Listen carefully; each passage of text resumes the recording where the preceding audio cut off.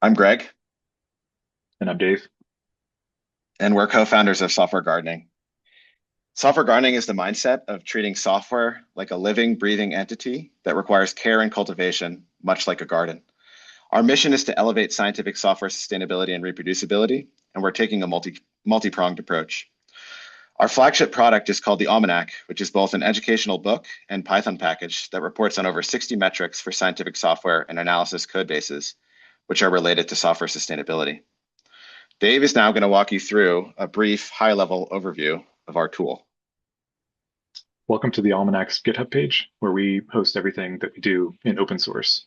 The Almanack is composed of a handbook and then also a pip installable tool that you can use to help assess software quality. Here I'm sharing just how the book looks. This is a handbook that's intended to help educate people on how to use the Almanack and also what goes into software quality. So now I'll show you how the Almanack tool is used from Python. We have an example notebook here in Google Colab that helps to show how that works exactly. We have this first cell showing that you can run pip install Almanack, and you can just install the Almanack using common Python tooling. Down here, I'm using the Almanack, which can be run as a command line interface to check this repo. This repo here is just basically an empty demo repo that I don't have really that much in. So we should expect to find a lot of guidance and checks that are not passing here. Down here, it's in terms of the report that gets sent out. You'll see when the Almanack was run, what version it was using, the target repository path that it was assessing, and then what guidance it's going to provide based on what it found. In terms of the things that it found for that repo, it noticed that there was no contributing file. Contributing files are really important for open source development in terms of guiding people on how to make contributions to the project.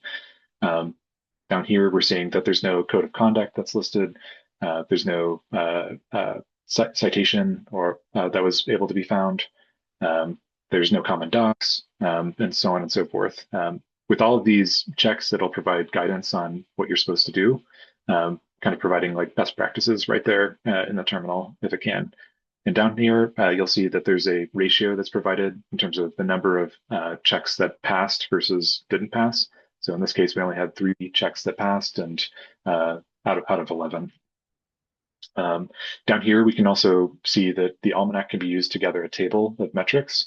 There's many more metrics that are available than there are checks, and that's because we're not all the way certain, and we are actively studying what metrics need to become checks, and how to be opinionated about those things in terms of guiding people on software sustainability. So this is a full table of the exact metrics that come along with the Almanack, some of which are not checks yet. And down here, we also have a Python API to access the very same data. So you can see here, you can import the Almanack, and then I'm importing JSON and pandas. Here, we're setting the Almanack table equal to running almanack.metrics.data.get table. And then we're setting it to that repo that we shared earlier. And here, I'm just simply sending that output data, which is a JSON structure, into a pandas data frame to make it nice and pretty in this demonstration.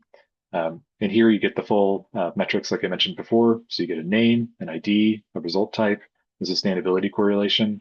This is having to do with whether or not it becomes a check. A 1 would mean that the metric has a positive correlation with sustainability. A -1 would mean that it has a negative association with sustainability.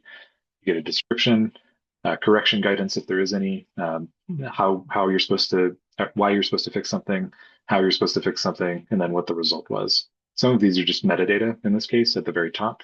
But then as we scroll through, we'll see that there are other metrics here. So in this case, this particular metric is repo includes README, and it's looking for a README to be present. And we have a sustainability correlation of 1 because we expect all repos to have a README to help guide people on how to use the project and what it's for. And in this case, the repo has a README, so it has a true over here. So there's many more metrics here, which I won't cover here today, but feel free to dive in if you want to check these out yourself. Down here, I'm just printing the JSON that's returned from that Almanack table metrics result, and it just pretty prints it to show that each one of these has its own information. So you're not confined to using pandas. You can send this to any kind of tool that you might want to use, anything that's compatible with reading JSON structures.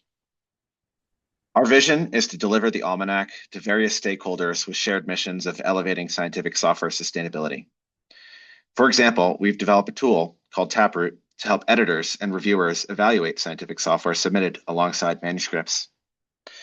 We also think that authors might want to run the Almanac as a linting tool to learn how to structure a repository that stands the test of time.